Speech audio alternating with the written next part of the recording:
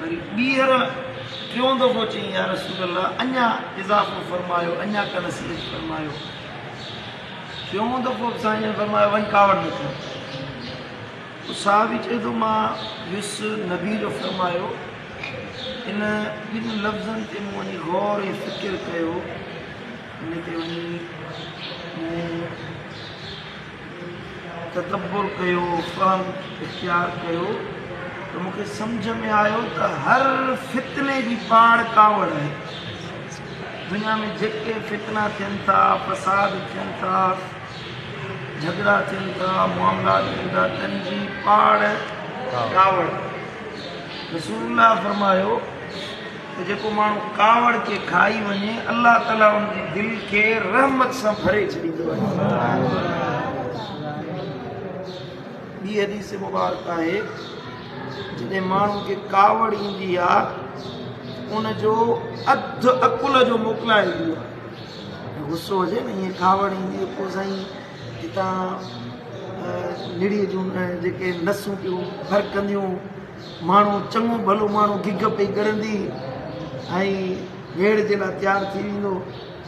इहो गुस्सो इंसान जे लाइ कॾहिं बि ख़ैर न आणींदो आहे। कावड़ गुस्सो इंसान जे लाइ हमेशह बर्बादी आणींदो आहे।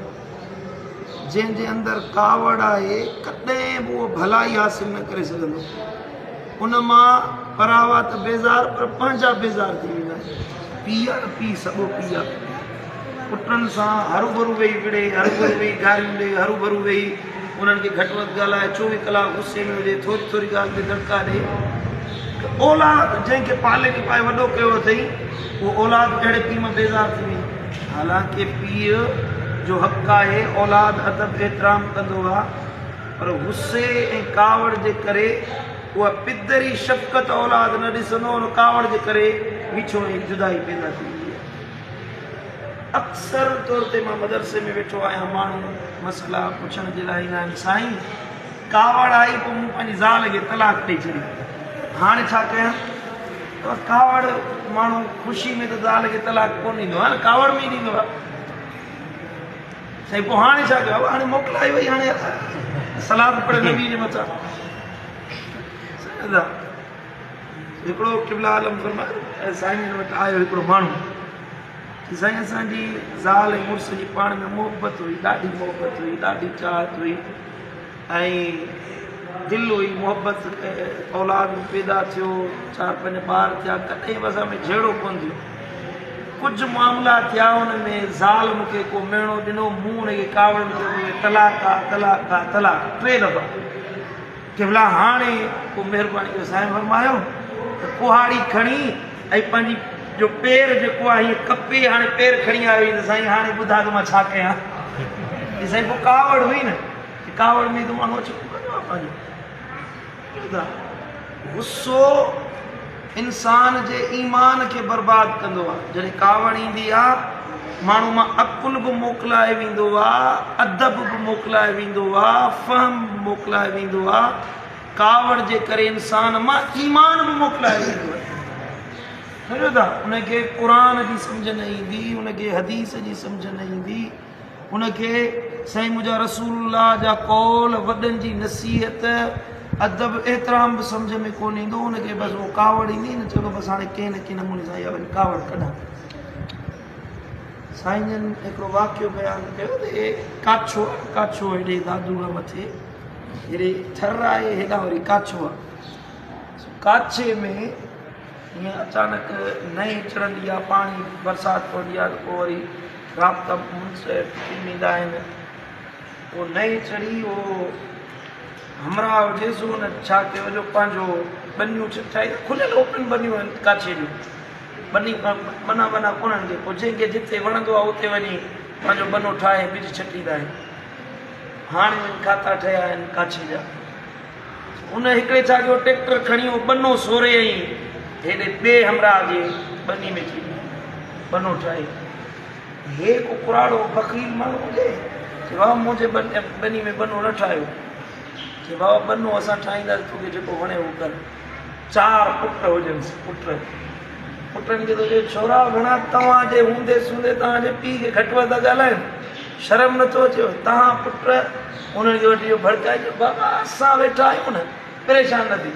हेॾो साईं हिननि बंदूकूं कयूं, होॾा हुननि बंदूकूं कयूं, विढ़ण जे लाइ तयारु थी आया। हुन बने ते नंढड़े बने ते हली त ॾेखारियो, चई होॾा हुननि गोलियूं हलायूं, हेॾा हुननि गोलियूं आहिनि। पोड़े जा 4 पुट उते मरी विया, 4 पुट मरी विया। होॾा हुननि जा ॿिया माण्हू 5 माण्हू मरी विया। 9 लाश उते पिया हुया। हाणे पुलिस अचे त मामिलो थिए न, आहे थाणो जोही जो, उतां खां हाणे जेसीं बोड आई पई आहे, पाणी लहे साईं, हुन झेड़े जे करे 5 माण्हू हुननि जा, 4 माण्हू हिननि जा, पोइ केरु वेझो न अचे, माण्हू हिरास में ॻोठ छॾे भॼी विया। उहे लाश पिया हुया, उन्हनि खे अचे कुतनि खाधो। उन थोरे गुस्से जे करे हिन पुटनि खे बचियो, थोरे गुस्से जे करे एॾो वॾो फसाद थियो जो ॻोठ बि बर्बादु थी वियो, बनी बि हथनि मां हली वई, औलाद बि हलियो वियो ऐं अकुल बि हलियो वियो, कोड़ो चयो थी। ॾिसो मदीने वारे साईं जो फरमान केॾो भलो आहे।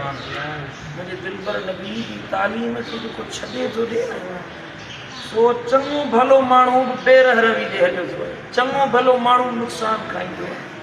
मुंहिंजा दोस्तो, तव्हां पंहिंजी ज़िंदगी में मदीने वारे साईं जी सुन्नत खे लाज़िम पकड़ो। जे सुकून जी ज़िंदगी चाहियो था, पंहिंजी हयाती में फ़र्क़ चाहियो था, भलाई ऐं अल्लाह जी इनायत चाहियो था, त महबूब जी सुन्नत खे कॾहिं न छॾींदा कयो। महबूबनि जा कौल पंहिंजे दिमाग़ में विहारे छॾियो।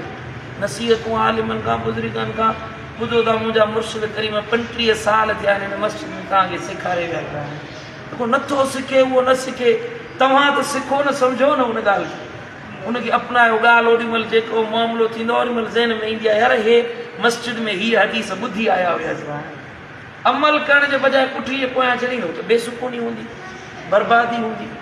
फ़रत ऐं सुकून, आसाइश ऐं कल्बी इत्मीनान आहे त मुंहिंजे मदीने वारे साईं जी सुन्नत में, महबूबनि जे फरमान ते अमल करण में। अल्लाह ताला शाह असांखे अमल जी तौफ़ीक़ अता फ़रमाए। अल्लाह उन्हनि कमनि खां बचाए जेके मदीने वारे साईं जी बेफ़रमानी में शुमार थींदा आहिनि। अल्लाह असांखे फर्मा बरदार उम्मती बनाए।